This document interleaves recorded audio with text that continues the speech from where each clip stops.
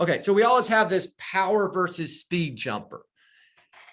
There's no such thing. They're all high jumpers. And the problem with the power jumper, and hopefully you know what I'm talking about, the power jumper is the one that comes in and they stick their foot way out in front and they drag their toe. Okay, well, that person, again, as I've told you, they never get in a position where they're able to shift the shin all the way forward. They're typically stopping, so they're not moving forward. So they are like the high jumper I showed you that took off really close, went straight up in the air and came straight down.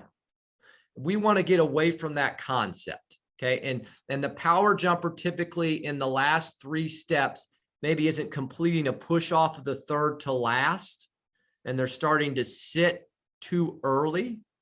Well, we don't ever want to sit. They're sitting though, and they're not allowing themselves to move forward. That person is the person that will jump to a certain height, but never be able to get any higher because of it. Okay. A speed jumper is probably more what I would think is ideally what we're shooting for if we want to be able to get high jumps. It doesn't mean that they're running any faster. What it means is in the last 3 steps, they continue to move forward through the last 3 steps. So it just looks like they're running faster.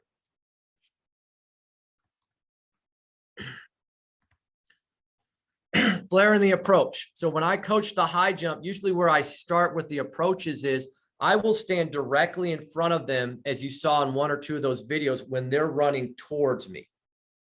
Because I want to make sure they're running straight for the first 4 to 5 steps.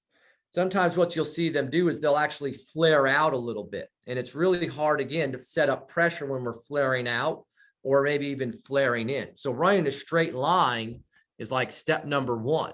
I don't want them flaring the approach out. I mentioned this. I mentioned that we want to be vertical by 4. And to get there, they have to push back down into the ground to push their body up.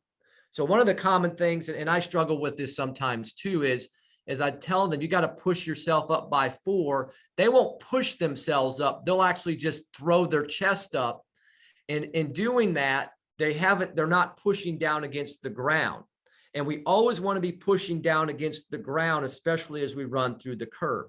So if at some point they stand straight up and they've lost the pushing, then around the curve, they're not going to be able to push back down to feel pressure also.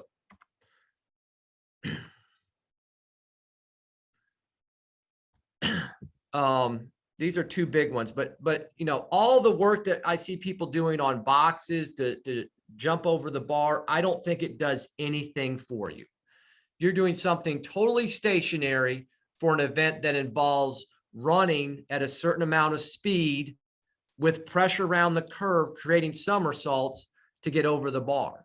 And so all the draping work is actually counterintuitive, in my opinion, to what's actually happening. I told you or showed you physically how when the head encounters the bar and the shoulders and head get below and the hips naturally rise, that we don't have to do a lot of any other kind of work.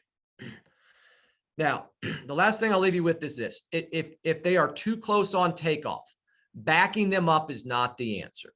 It just isn't. They are, no matter where you put them at, they are still going to steer themselves to the same takeoff point. It's just, they feel safe there. It's a really hard thing to get them further away from the bar. The key things that I have found to be successful in this, it's not a 1 day or 1 week process. It may be a year or 2 that you have with the athlete, is if they really can start to have pressure around the curve and continue to maintain that through takeoff, it makes it easier for them to take off further away because they'll shift and then rotate and over the bar. What they're not used to is they're used to at takeoff feeling a lot of turn on the ground. And so what I'm saying is really emphasize and try to get them to feel through 9 and 10 and touchdown at 10 being away from the bar. It will make it so much easier to back them up from there.